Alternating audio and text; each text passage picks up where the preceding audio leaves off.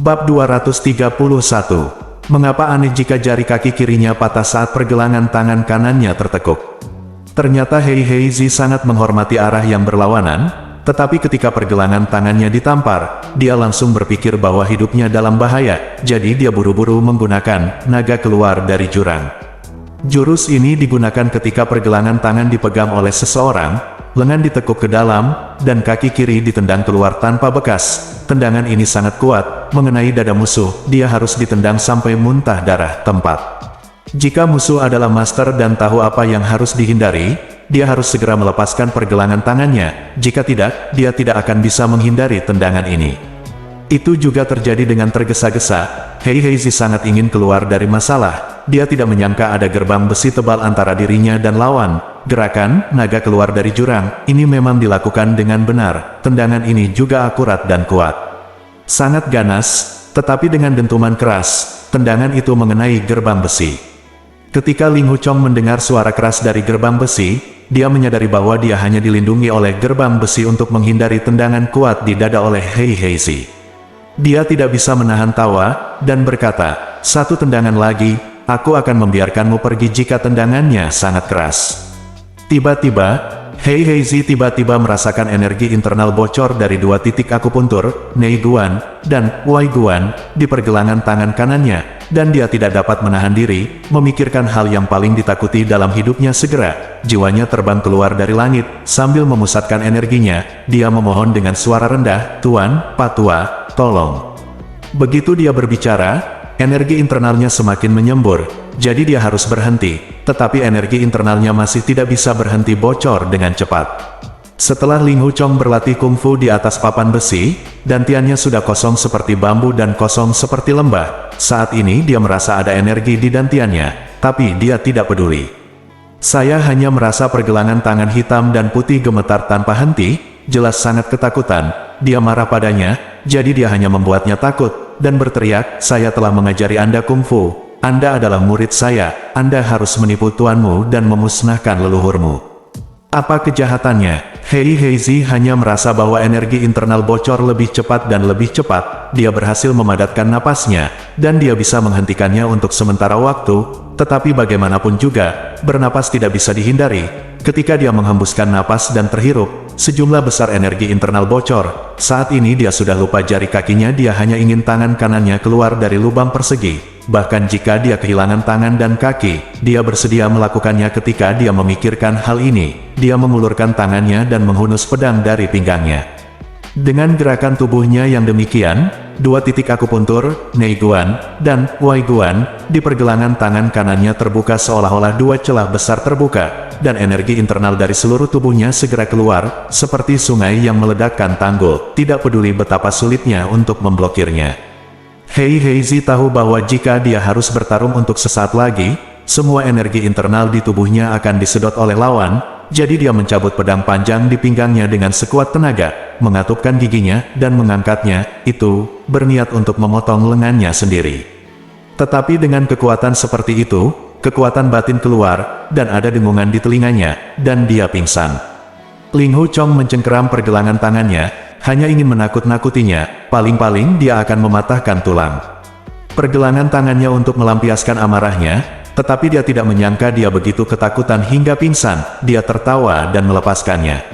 Begitu dia melepaskannya, Heizi jatuh, dan tangan kanannya ditarik keluar dari lubang persegi. Sebuah pikiran melintas di benak Ling Huchong seperti kilat, dia buru-buru meraih telapak tangannya sangat cepat, dan dia meraihnya tepat waktu, berpikir, mengapa saya tidak memborgolnya dengan borgol besi dan memaksa Huang Zonggong dan yang lainnya untuk lepaskan aku. Tarik pergelangan tangan Heizi lebih dekat, tanpa diduga, kepala Heizi masuk melalui lubang persegi, dan dengan suara rejan, seluruh tubuh Heizi masuk ke dalam sel. Ini benar-benar tidak terduga, dia tercengang, dan mengutuk dirinya sendiri karena bodoh. Lubang ini berukuran sekitar 1 kaki persegi, selama kepala bisa lewat, badan juga bisa lewat, karena hitam putih bisa masuk, kenapa harus saya tidak bisa keluar? Di masa lalu, anggota badan diikat dengan rantai, jadi tentu saja mereka tidak dapat melarikan diri dari penjara, tetapi rantai itu telah digergaji secara diam-diam, jadi mengapa mereka tidak melarikan diri? Dia berpikir lagi, dan King Sheng melihat rantai untuk saya secara rahasia. Dia berharap saya akan melarikan diri dari penjara dengan orang tua yang mengantarkan makanan setiap hari. Dia pasti sangat cemas. Berkonsentrasi pada San Gong, saya tidak menghafal latihan di papan besi saat itu. Saya tidak ingin keluar hanya karena saya tidak ingin segera keluar dari penjara, jadi saya tidak pernah berpikir untuk melarikan diri dari penjara. Setelah merenung sejenak, dia mendapat ide, buru-buru melepas pakaian hitam putih dan pakaiannya sendiri, memakainya secara bergantian, bahkan mengenakan tudung hitam putih di kepalanya, berpikir, bahkan jika kamu bertemu orang lain ketika kamu keluar, mereka hanya tahu bahwa aku Hei Heizi. Dia meletakkan pedang panjang Hei Heizi di pinggangnya. Dengan pedang di tubuhnya, dia menjadi lebih energik, dan kemudian memborgol tangan dan kaki Hei Heizi di besi cincin, peras dengan keras, dan dengan perasan ini, saya merasa bahwa saya memiliki kekuatan yang besar, dan cincin besi terkubur dalam-dalam di dalam daging. Hei Heizi terbangun kesakitan dan mengerang. Ling Hu Chong berkata sambil tersenyum, ayo balikkan meja. Orang tua itu akan membawakan makanan dan air setiap hari. Hei Heizi mengerang, Ren, Tuan Ren, kamu, metode menyerap bintangmu. Ling Hu Chong berkata Rizai dan Xiang Wentian bergabung untuk berperang melawan musuh, dan mendengar seseorang di pihak lain memanggil, Dafta yang menyerap bintang. Pada saat ini, dia mendengar Hei Heizi membicarakannya, jadi dia bertanya, apakah Dafa yang menyerap bintang? Hei Heizi berkata, aku harus sialan. Penting bagi Ling Hu Chong untuk pergi, jadi dia mengabaikannya, menjulurkan kepalanya keluar dari alun-alun lubang, merentangkan tangannya keluar dari lubang, mendorong telapak tangannya ke gerbang besi dengan ringan, dan setelah menembak keluar, berdiri kokoh di tanah, saya merasakan sejumlah besar energi internal telah terkumpul di dantian, yang sangat tidak nyaman. Dia tidak tahu bahwa kekuatan internal ini diserap dari Hei Heizi, dia hanya berpikir bahwa setelah lama tidak berlatih, kekuatan internal dari 6 dewa lembah persik dan biksu buji kembali ke dantiannya. Saat ini, saya hanya berharap untuk meninggalkan penjara Hei secepat mungkin, jadi saya segera mengambil lampu minyak yang ditinggalkan oleh Hei Heizi, dan keluar dari terowongan. Pintu-pintu di terowongan itu semuanya tersembunyi, diharapkan Hei Heizi akan menguncinya ketika dia hendak keluar. Dengan cara ini, Ling Hu Chong lolos dari kandang tanpa usaha apapun. Dia berjalan, melalui pintu yang kokoh, memikirkan hari-hari ini di penjara yang gelap, rasanya seperti seumur hidup yang lalu. Tiba-tiba, dia tidak menyimpan banyak dendam terhadap Huang Zonggong dan yang lainnya, tetapi dia merasa bebas, jadi dia tidak peduli tentang apapun. Berjalan ke ujung terowongan, menaiki tangga, ada pelat besi di atas kepala, mendengarkan baik-baik, tidak ada suara dari atas. Setelah musim gugur ini, dia menjadi lebih berhati-hati dan tidak segera bergegas. Dia berdiri di bawah pelat besi dan menunggu beberapa saat, tetapi dia tetap tidak mendengar suara apapun. Mengetahui dengan pasti bahwa Huang Zonggong benar-benar tidak ada di kamar tidur, dia dengan lembut mengangkat pelat besi dan melompat. Dia melompat keluar dari lubang di tempat tidur, memasang pelat besi, menarik tikar, dan berjingkat keluar. Tiba-tiba dia mendengar seseorang di belakangnya berkata dengan sedih, kakak kedua, apa yang kamu lakukan di sini? Ling Hu Chong menoleh karena terkejut, hanya untuk melihat Huang Zonggong, Biweng botak, dan Xingsheng masing-masing memegang senjata dan mengelilingi mereka. Dia tidak tahu bahwa ada pesan di pintu rahasia, jadi dia bergegas masuk dengan gegabah. Bel di pintu berbunyi keras, dan menarik perhatian Huang Zonggong dan 3 lainnya, tetapi dia mengenakan kerudung dan jubah hitam dan putih, jubah, tidak ada yang bisa mengenalinya. Ling Hu Chong terkejut, dan berkata, aku. Huang Zonggong berkata dengan dingin, aku ini apa? Menurutku kamu kelihatannya tidak benar. Aku berharap kamu akan meminta Ren Wuxing untuk mengajarimu bintang menyerap setan teknik. Sumpah apa yang kau sumpahi waktu itu? Ling Hu Chong bingung, dia tidak tahu apakah harus mengungkapkan kebenarannya, atau pura-pura hitam putih sampai akhir, dia tidak bisa berbaikan, pikirannya sejenak, menghunus pedang panjang di pinggangnya, dan menikam pria pena botak itu. Pena botak itu berkata dengan marah, kakak kedua, apakah kamu benar-benar menggunakan pedang? Dia mengangkat penanya dan menulis surat. Jurus pedang Ling Hu Chong hanyalah jurus palsu. Ketika dia mengangkat penanya untuk menahannya, dia bergegas keluar. Huang Zonggong dan 3 lainnya mengejarnya. Ling Hu Chong menghela nafas dan berlari dengan cepat, langkah kakinya sangat cepat, dan dia bergegas ke aula dalam waktu singkat. Huang Zonggong berteriak, kakak kedua, kamu mau kemana? Ling Hu Chong tidak menjawab, tapi tetap berlari kencang. Tiba-tiba, dia melihat seseorang berdiri di tengah gerbang menghadapnya, berkata, Tuan Villa kedua, tolong tetap di sini. Bab 232. Ling Hu Chong berlari dengan tergesa-gesa, dan tidak bisa berhenti, dan memukulnya dengan keras. Momentum serangan itu begitu mendesak sehingga pria itu langsung terbang dan jatuh beberapa meter jauhnya. Ketika Ling Hu Chong sedang sibuk melihatnya, dia melihat bahwa itu adalah kata Ding Jian, berdiri tegak dan mendatar di atas tanah. Tubuhnya memang berbentuk satu karakter, tetapi tidak ada hubungannya dengan kata Ding Jian. Ling Hu Chong berlari menuju jalan setapak tanpa henti. Begitu Huang Zonggong mencapai gerbang Zhuangzi, dia berhenti mengejarnya. Dan Qing Sheng berteriak, kakak kedua, cepat kembali, kita saudara punya sesuatu untuk didiskusikan. Ling Hu Chong hanya mengambil jalan sepi dan bergegas ke Gunung Sepi, jelas jauh dari kota Hangzhou. Dia berlari sangat cepat, dan ketika dia berhenti, dia tidak lelah atau kehabisan nafas, seolah keterampilannya lebih baik daripada sebelum dia terluka. Saat itu, tidak ada seorang pun di sekitar di malam yang gelap. Dia melepas tudung di kepalanya, mendengar suara gemericik air, dan haus, mengikuti suara itu, dan sampai di tepi sungai pegunungan, dan hendak membungkuk untuk menahan air minum. Di bawah bayang-bayang sinar bulan, seorang pria terpantul di air, rambutnya mengembang, wajahnya kotor, dan ekspresinya sangat jelek. Ling Hu Chong terkejut, lalu tersenyum bodoh. Dia dipenjara selama beberapa bulan dan tidak pernah mandi. Tentu saja, dia sangat kotor. Dia merasa gatal di sekujur tubuhnya dalam sekejap. Dia melepas jubah luarnya dan melompat ke dalam sungai untuk mandi dengan baik. Ia berpikir, tidak ada setengah beban lumpur tua di tubuhku, dan akan ada 30 kati. Setelah menggosok seluruh tubuh dan meminum air bersih, ia mengikat rambutnya di atas kepalanya, mengangkat pedangnya, mencukur janggutnya, dan mengambil foto di dalam air. Dia telah kembali ke penampilan aslinya, dan tidak memiliki kemiripan dengan Feng Erzong yang bengkak. Saat mengenakan pakaian, saya merasa kidan darah di dada dan perut tidak lancar.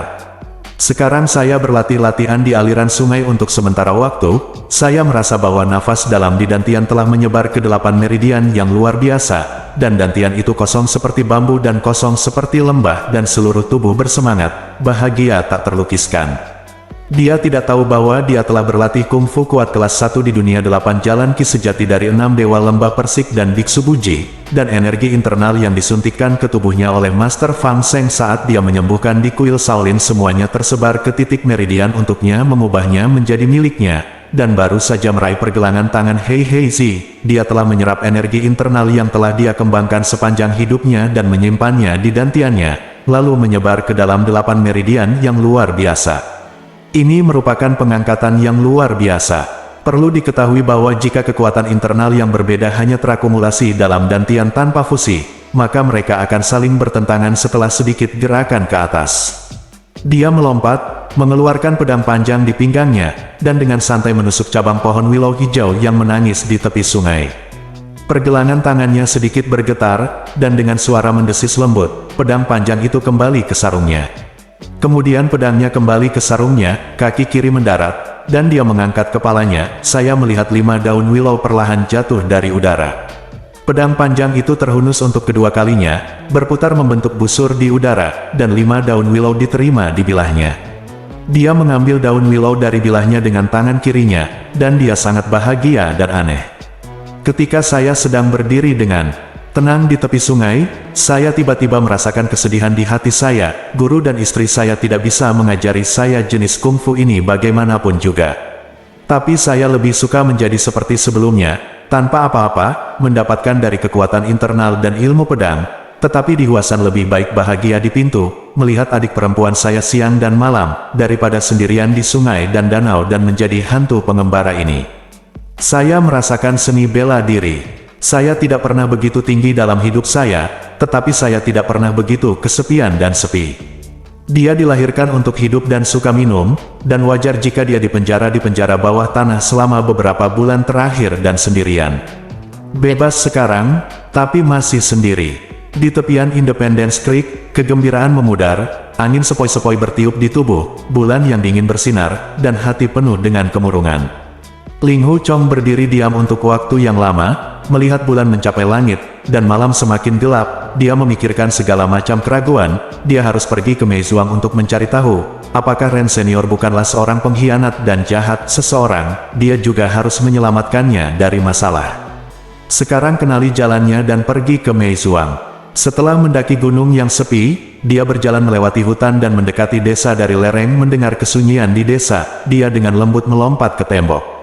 Melihat lusinan kamar semuanya gelap, hanya satu kamar di sisi kanan yang memiliki cahaya dari jendela. Dia berjalan diam-diam ke jendela, dan mendengar suara tua berteriak, "Huang Zonggong, apakah kamu tahu kejahatanmu?"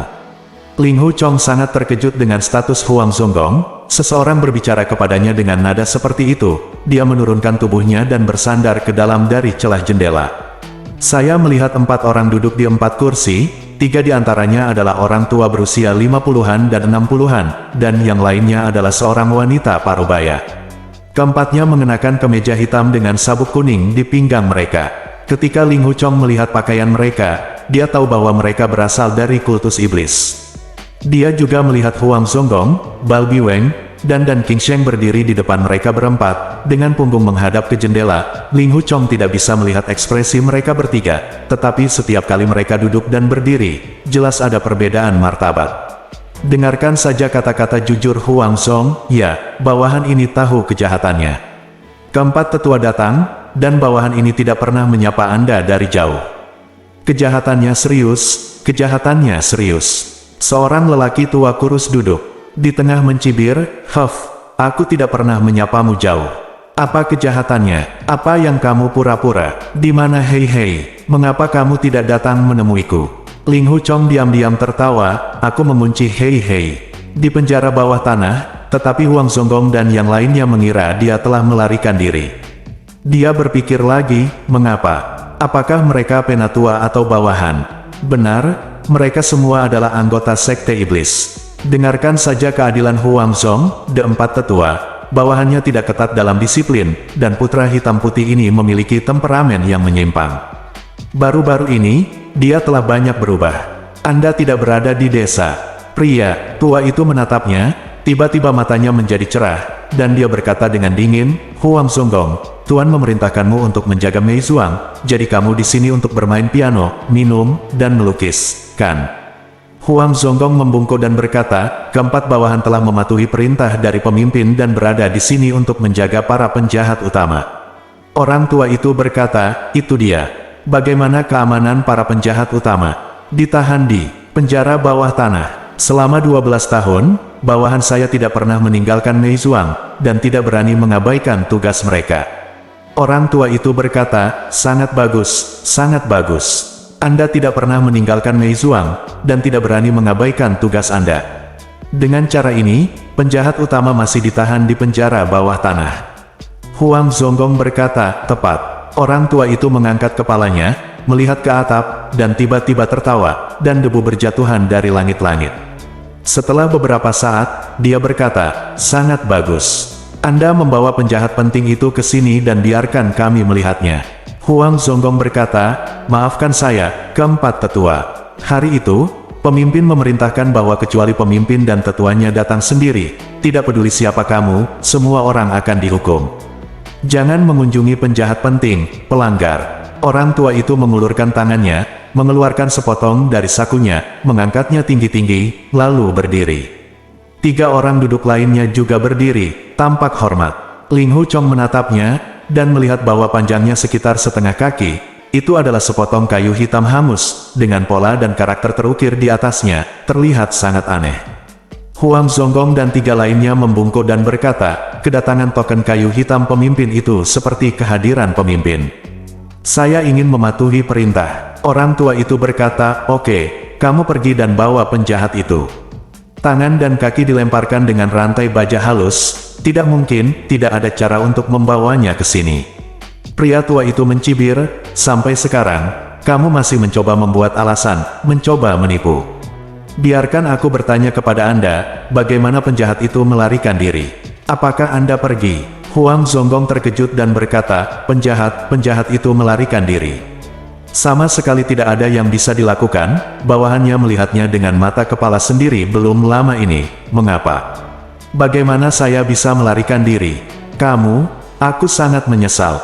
Berdiri dengan wajah yang menyenangkan, dia perlahan mendekat, seolah ingin meminta maaf kepada mereka bertiga. Dia tiba-tiba mengulurkan tangannya dan menepuk bahu Huang Zonggong. Bal Biweng dan King Sheng mundur 2 langkah cepat pada saat bersamaan. Tapi mereka bergerak sangat cepat, lelaki tua itu menembak lebih cepat, dengan 2 tamparan, dia juga mengenai bahu kanan Bal Pen Weng dan King Sheng satu persatu. 3 tembakan lelaki tua itu adalah serangan diam-diam, dengan senyum yang sangat baik di wajahnya, bahkan Huang Zonggong, seorang ahli besar di Jianghu, tidak waspada. Biweng botak dan King Sheng lemah dalam seni bela diri. Meskipun mereka mendeteksinya tepat waktu, mereka tidak dapat menghindarinya. Bab 233, dan King Sheng berteriak dengan keras, "Penatua Bao, kejahatan apa yang telah kami lakukan? Mengapa Anda menggunakan tangan yang kejam untuk berurusan dengan kami?" Ada rasa sakit dan kemarahan dalam tangisan itu. Sudut mulut Penatua Bao terkulai, dan dia berkata perlahan, "Pemimpin memerintahkan Anda untuk menangani penjahat penting di sini, dan jika penjahat penting melarikan diri, haruskah Anda mati?" Huang Zong berkata, "Jika penjahat penting benar-benar melarikan diri, bawahan pantas mati atas kejahatan alami mereka, tapi dia berada di penjara bawah tanah dengan baik. Penyiksaan tetua Bao yang tidak pandang bulu membuat kami merasa tidak puas." Manik-manik keringat di dahinya dari luar jendela, berpikir bahwa tamparan Penatua Bao barusan pasti sangat kuat, sehingga bahkan Huang Zonggong dan orang lain dengan seni bela diri yang kuat tidak tahan. Dia juga berpikir, seni bela diri Huang Zonggong seharusnya tidak kalah dengan orang ini. Jika Penatua Bao ini tidak menggunakan trik untuk menyerangnya, dia mungkin tidak dapat mengendalikannya. Penatua Bao berkata, "Anda pergi ke ruang bawah tanah untuk melihat lagi. Jika penjahat itu memang masih di penjara, saya, Bao Dacu, akan bersujud kepada Anda bertiga untuk menebus kesalahan, dan saya akan segera membebaskanmu dari tangan pasir biru ini hukuman." Huang Zonggong berkata, "Oke, tolong tunggu di sini sebentar." Segera, dia berjalan keluar dengan Bal Pen Weng dan King Sheng. Ketika Ling Hu Chong melihat mereka bertiga berjalan keluar ruangan, mereka semua sedikit gemetar, dan dia tidak tahu apakah itu karena kegembiraannya atau karena tangan pasir biru di tubuhnya. Takut 4 orang di ruangan itu akan mengetahuinya, dia tidak berani melihat keluar jendela lagi, dan perlahan duduk di tanah, berpikir pemimpin macam apa yang mereka bicarakan. Pasti Dong Fang Bubai, yang dikenal sebagai seniman bela diri nomor 1 di dunia. Dia memerintahkan Jiangnan 4 Anda telah menjaga penjahat utama di sini selama 12 tahun. Anda tidak mengacu pada saya, tetapi senior bernama Ren. Mungkinkah dia telah melarikan diri? Dia melarikan diri dari penjara bawah tanah, dan bahkan Huang Zonggong dan yang lainnya tidak mengetahuinya. Ya, mereka tidak boleh tahu, kalau tidak hitam dan putih tidak akan salah mengira saya sebagai senior Ren. Saya pikir Huang Zonggong dan yang lainnya akan segera mengenali hitam dan putih segera setelah mereka memasuki ruang bawah tanah, dan ada banyak liku-liku dalam prosesnya, aneh dan lucu untuk memikirkannya, dan berpikir, mengapa mereka memenjarakan saya juga. Sebagian besar setelah saya bertanding pedang dengan itu senior bernama Ren, mereka takut aku akan keluar dan mengungkapkan rahasianya. Jadi mereka memenjarakan Kuhof, meskipun ini bukan pembunuhan untuk membungkam, itu hampir sama dengan pembunuhan untuk membungkam. Sekarang mereka memiliki tangan pasir biru di tangan mereka tubuh, itu pasti sangat tidak nyaman, dan itu bisa dianggap sebagai bau mulut bagi saya. Keempatnya duduk di kamar dan mengucapkan sepatah kata pun. Ling Hu Chong bahkan tidak berani menarik nafas, meskipun ada tembok antara dia dan keempat orang itu, tetapi jaraknya tidak lebih dari 10 kaki. Asalkan dia menarik nafas sedikit lebih keras, mereka akan menyadarinya langsung. Dalam kesunyian semua, tiba-tiba terdengar ratapan, suaranya penuh rasa sakit dan ketakutan. Jing Ye mau tidak mau merasa menyeramkan. Ling Hu Chong mau tidak mau merasa sedikit menyesal ketika mendengar suara Hei Hei Zi, meskipun dia menderita ini karena berkomplot melawannya. Dapat dikatakan bahwa dia menderita ini sendiri, tetapi dia jatuh ke tangan Bao Dacu dan yang lain. Mengikuti suara langkah kaki mendekat, Huang Zonggong dan yang lainnya memasuki rumah. Ling Hu Chong pergi ke jendela untuk melihat-lihat lagi, dan melihat Biweng botak dan Xing Sheng mendukung Hei Hei Zi di kiri dan kanan. Wajah Hei Hei Zi berwarna abu-abu, matanya kosong, sama sekali berbeda dari orang cerdas dan cakap yang pernah dia lihat sebelumnya. Huang Zonggong membungkuk dan berkata, "Ki, saya memberitahu 4 tetua bahwa penjahat itu benar-benar melarikan diri. Bawahan itu membawanya sampai mati di depan 4 tetua. Dia sepertinya tahu bahwa dia kurang beruntung, dan suaranya cukup tenang, tapi lebih baik sebelumnya bersemangat." Bao Dacu berkata dengan sungguh-sungguh, "Anda mengatakan bahwa hitam dan putih tidak ada di desa, mengapa dia muncul lagi? Apa yang terjadi?" Huang Zonggong berkata, "Semua alasan, bawahan saya benar-benar tidak mengerti. Sayangnya, 4 bawahan semuanya hilang manjakan diri dengan piano, catur, kaligrafi, dan lukisan. Orang-orang melihat sekilas kelemahan bos, dan membuat tipuan untuk merampok orang itu, keluarkan orang itu." Bao Dacu berkata, "Keempat, dari kami diperintahkan oleh pemimpin untuk mencari tahu penjahatnya kebenaran tentang pelarianmu. Jika kamu melaporkan kebenaran dan tidak menyembunyikan apapun, maka..." Tuan Huangzong menghela nafas, dan berkata, "Bahkan jika hierarki itu penyanyang, keempat penatua hati-hati, bagaimana bawahan saya memiliki wajah untuk hidup di dunia lagi? Hanya saja ada liku-liku. Jika bawahan tidak mengerti kebenaran, bahkan jika mereka mati, mereka tidak akan beristirahat dengan tenang. Penatua Bao, pemimpinnya, adalah pemimpin, orang tua, di Hangzhou." Bao Dacu mengangkat alisnya. Yixuan berkata, "Siapa bilang bahwa lelaki tua itu ada di Hangzhou?" Huang Zonggong berkata, "Kemudian penjahat baru saja melarikan diri malam ini. Bagaimana lelaki tua itu mengetahuinya?" Dia segera mengirim 4 tetua ke Meizuang. Bao Dacu bersenandung dengan suara. Dia berkata, "Anda semakin bingung, siapa yang mengatakan penjahat itu melarikan diri malam ini?" Huang Zonggong berkata, "Pria itu benar-benar melarikan diri dari penjara malam ini. Saat itu, kami bertiga mengira dia adalah pria kulit hitam dan putih. Saya tidak menyangka dia memanfaatkan tipuan, menempatkan hitam dan putih pria di ruang bawah tanah, dan bergegas keluar dengan pakaian pria kulit hitam dan putih. Masalah ini, adik laki-laki ketiga dan keempat saya dapat melihatnya dengan jelas, dan Ding Jian, yang dipukul olehnya, mematahkan lebih dari selusin tulang rusuk." Bao Dacu menoleh untuk melihat ketiga tetua lainnya, dan berkata dengan cemberut, "Pria ini berbicara omong kosong, saya tidak tahu harus berkata apa." Seorang pria tua yang gemuk dan pendek berkata, "Kami mengerti informasi pada hari ke-14 bulan lalu." Menghitung dengan jarinya, dia berkata, "Hari ini adalah hari ke-17. Huang Zonggong mundur 2 langkah, dan dengan keras, dia membanting punggungnya ke dinding dan berkata, "Tidak pernah, tidak pernah. Kami yakin kami melihatnya melarikan diri malam ini." Dia berjalan ke pintu, berteriak keras, "Si Lingwei, bawa Ding Jian ke atas." Si Lingwei menjawab dari kejauhan, "Iya." Bao Dacu berjalan mendekat kepada Hei Heizi, meraih dadanya, mengangkatnya, dan tangan serta kakinya terkulai lemas, seolah-olah semua tulang di tubuhnya telah dipotong, hanya menyisakan kulit. Wajah Bao Dacu berubah warna, dia sangat panik, dan ketika dia melepaskannya, Hei Heizi jatuh ke tanah dan tidak bisa berdiri. Seorang lelaki tua kekar lainnya berkata, "Itu benar, itu karena orang itu." Metode penyerap bintang orang itu menyedot semua energi dari tubuhnya. Suaranya bergetar, dan dia sangat ketakutan. Bao Dacu bertanya pada Hei Heizi, "Kapan kamu jatuh cinta padanya?" Hei Heizi berkata, Aku, memang belum lama ini. Pria itu memegang pergelangan tangan kananku. Aku tidak bisa bergerak sama sekali, jadi aku harus dimanipulasi olehnya." Bao Dacu sangat bingung, otot-otot di wajahnya sedikit gemetar, matanya bingung, dan dia bertanya, "Lalu apa?"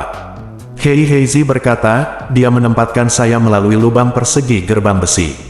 Zongla pergi ke penjara, melepas pakaian saya dan menggantinya, dan meletakkan belenggu dan borgol di tangan dan kaki saya, dan kemudian dibor melalui lubang persegi."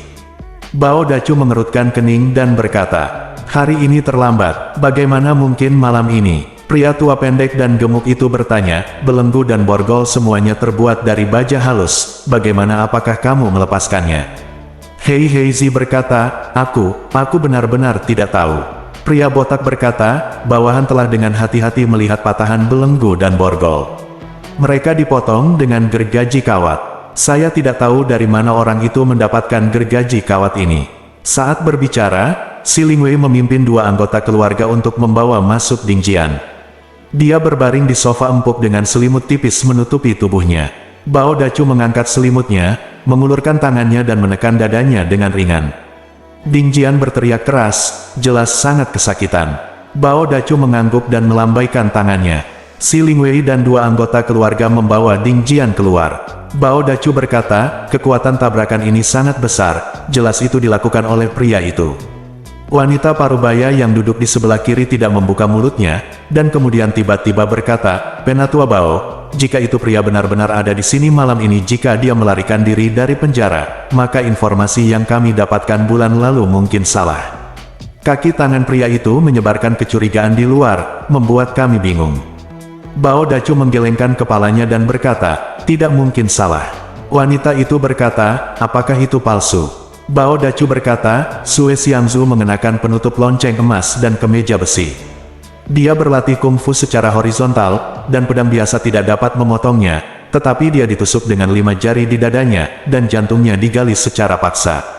Selain orang ini, tidak ada orang lain di dunia ini. Ling Hu Chong baru saja mendengarkan, tiba-tiba seseorang menepuk dadanya dengan ringan, bahu. Tidak ada tanda-tanda ketukan ini sebelumnya, dia melompat 3 langkah karena terkejut, menghunus pedang di tangannya, berbalik, dan melihat 2 orang berdiri di tanah. Wajah kedua orang itu berpaling dari sinar bulan, dan mereka tidak bisa melihat wajah mereka. Seseorang melambai padanya dan berkata, saudaraku, ayo masuk. Itu adalah suara Siang Wentian. Ling Hu Chong sangat gembira, dan berkata dengan suara rendah, kakak Siang. Bab 234. Ling Hu Chong melompat untuk menghunus pedangnya, dan menjawab Siang Wentian lagi. Semua orang di ruangan itu mendengarnya. Bao Dacu berteriak, siapa itu? Hanya satu orang yang tertawa, dan itu keluar dari mulut di samping Siang Wentian.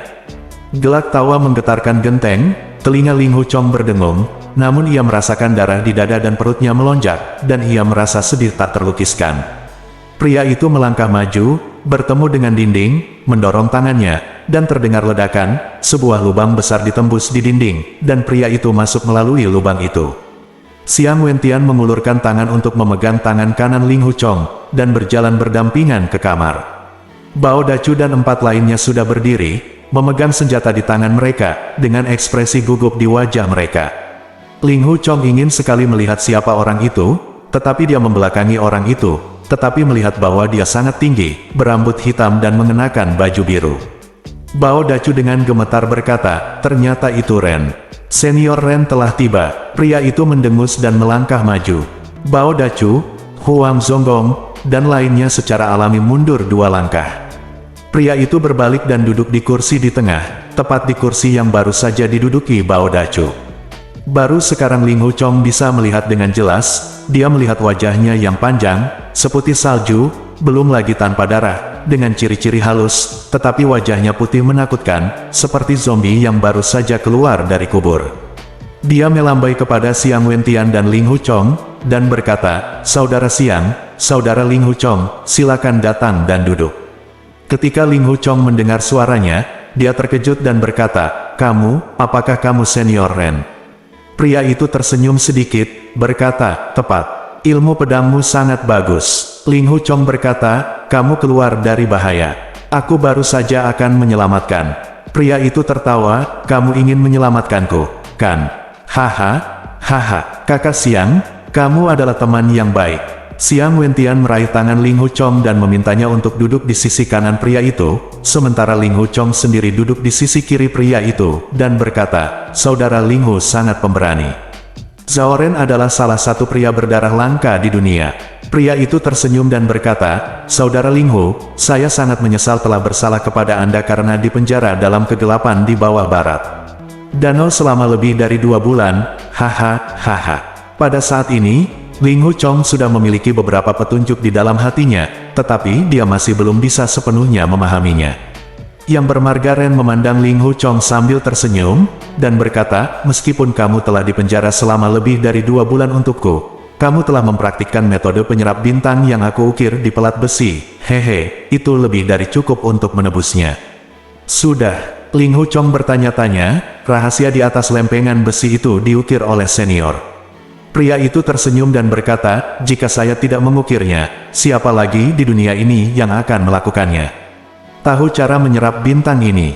Xiang Wentian berkata, saudaraku, Anda adalah satu-satunya penerus dari keterampilan menyerap bintang Master Ren, jadi kami dengan senang hati mengucapkan selamat kepada Anda. Ling Huchong bertanya-tanya, Tuan Ren, kata Xiang Wentian, ternyata kamu masih belum tahu identitas Tuan Ren, dan yang ini adalah pemimpin Sekte Dewa Bulan Matahari, namanya Sangi Daoxing, pernahkah kamu mendengarnya? Petik 2. Ling Huchong tahu bahwa Sekte Dewa Bulan Matahari adalah sekte iblis, tetapi para pengikutnya menyebut diri mereka Dewa Bulan Matahari. Orang-orang di luar sekte menyebutnya sekte iblis, tetapi pemimpin sekte iblis selalu tak terkalahkan di timur, jadi mengapa yang lain keluar dan membiarkan saya melakukannya? Dia bergumam, Ren, nama Ren, aku menemukannya di plat besi, tapi aku tidak tahu dia pemimpinnya. Pria tua kekar itu tiba-tiba berteriak, pemimpin macam apa dia? Pemimpin Sekte Dewa Bulan Matahari saya dikenal di seluruh dunia sebagai pemimpin timur. Pemberontakan anti-agama ini telah lama diusir. Xiang Wentian, kamu terlampir melanggar hukum adalah kejahatan keji. Ren Wuxing perlahan menoleh, menatapnya, dan berkata, namamu Qin Wei Bang, bukan? Pria tua kekar itu berkata, benar. Ren Wuxing berkata, saya bertugas mengajar pada saat itu, Anda adalah pemimpin King Banner di Jiangqi, bukan? Qin Wei Bang berkata, benar. Ren Wuxing menghela nafas dan berkata, sekarang kamu termasuk di antara 10 tetua sekte, Anda telah meningkat begitu cepat. Mengapa Dongfang Bubai sangat menghargai Anda? Apakah Anda seorang master seni bela diri, atau apakah Anda mampu melakukan sesuatu? Qin Wei Bang berkata, saya mengabdikan diri untuk mengajar saya, dan ketika sesuatu terjadi, saya telah mengumpulkan pahala selama lebih dari 10 tahun dan telah dipromosikan menjadi sesepuh. Ren Wuxing mengangguk dan berkata, jadi begitu. Ren Wuxing tiba-tiba bergoyang dan berdiri di depan Bao Dachu, dengan tangannya. Tangan kirinya dengan cepat meraih tenggorokannya. Bao Dachu ketakutan, dia tidak bisa menebas lengan lawan dengan pedang tunggalnya dengan tangan kanannya, jadi dia harus mengangkat siku kirinya untuk melindungi tenggorokannya. Pada saat yang sama dia mundur selangkah dengan kaki kirinya, dan menebas pedang tunggalnya dengan tangan kanannya. Bertahan dan menyerang ini hanya selesai dalam sekejap, pertahanannya ketat dan serangannya ganas, itu adalah teknik yang sangat brilian.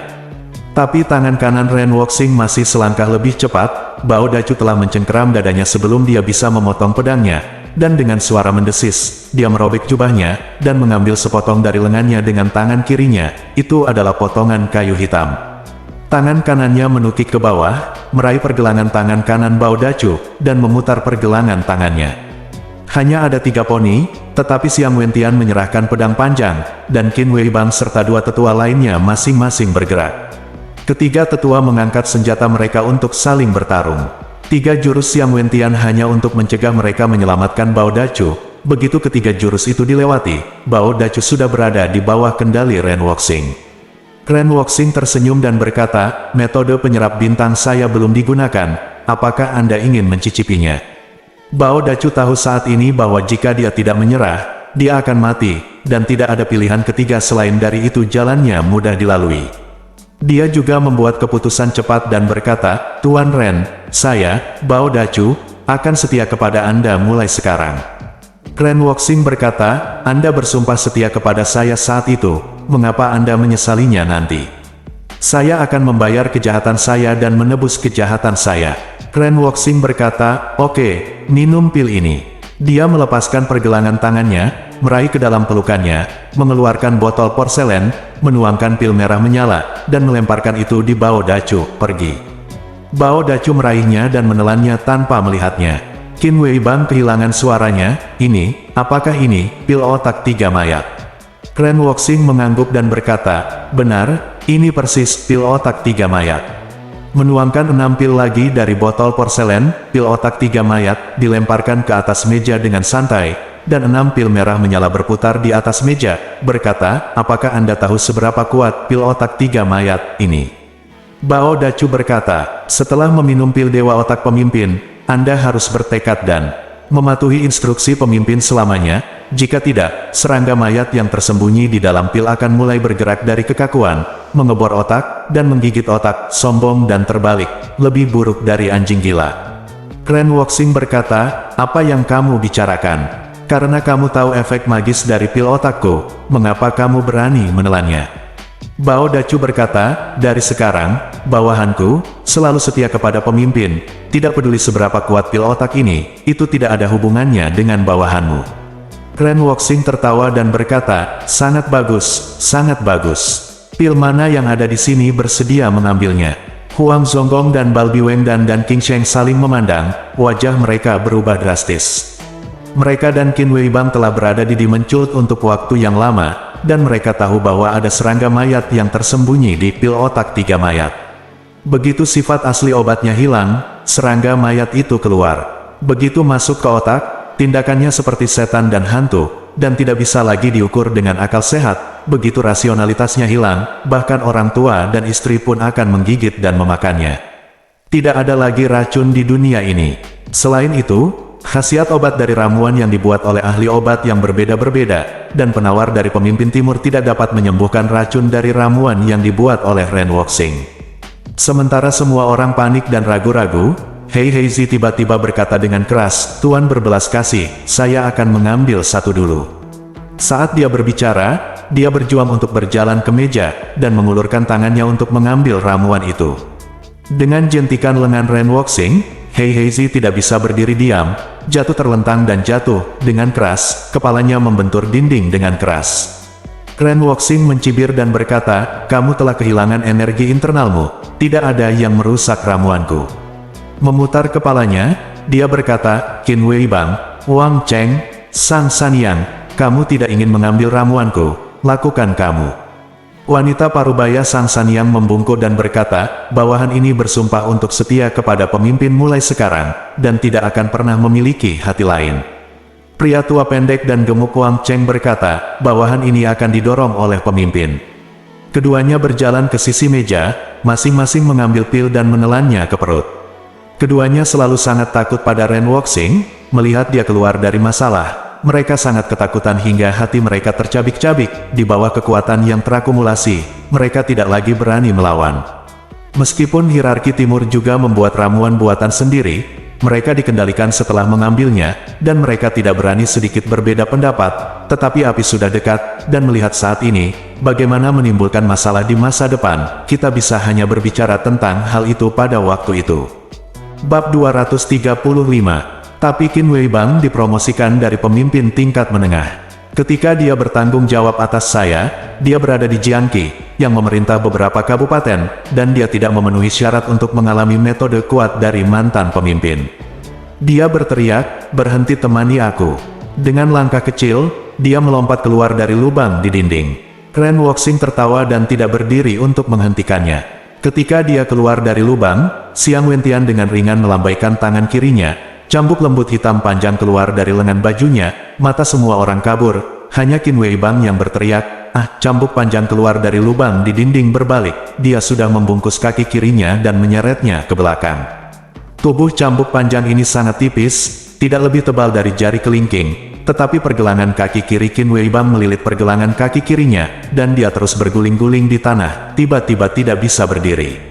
Ren Wuxing berkata, Sang Sanyang, ambil pil dewa otak dan kupas kulit luarnya dengan hati-hati. Sang Sanyang menjawab, iya. Dia mengambil pil dari meja, dan menggunakan kukunya untuk mengelupas kulit luarnya. Lapisan cangkang obat merah terkelupas, memperlihatkan bola abu-abu kecil di dalamnya. Ren Wuxing berkata, beri dia makan. Sang Sanyang berkata, iya. Berjalan di depan Qin Weibang, dia berteriak, buka mulutmu. Qin Weibang berbalik, mengayunkan telapak tangannya, dan menyerang Sang Sanyang. Meskipun kungfunya sendiri sedikit lebih rendah dari Sang Sanyang, perbedaannya tidak jauh di belakang, tetapi pergelangan kakinya terbungkus cambuk panjang, titik akupunturnya terbatas, dan tangannya tidak memiliki kekuatan.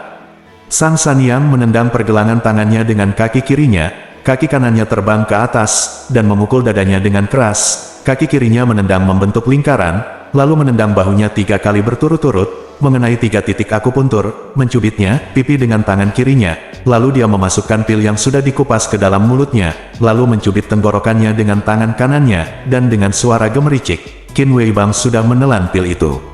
Setelah mendengar kata-kata Bao Dacu, Ling Huchong tahu bahwa ada cacing zombie yang tersembunyi di dalam pil 3 otak mayat yang sepenuhnya dikendalikan oleh obat. Cangkang obat merah yang dikupas Sang Sanyang pastilah obat untuk menahan cacing mayat. Lihat juga tangan dan kaki Sang Sanyang naik turun beberapa kali ini, bersih dan rapi, sepertinya dia telah berlatih dengan baik pada hari kerja, dan secara khusus memaksa orang untuk minum obat. Berpikir, wanita ini sangat pintar di tangan dan kakinya. Dia tidak tahu bahwa Sang Sanyang pandai dalam pertarungan singkat.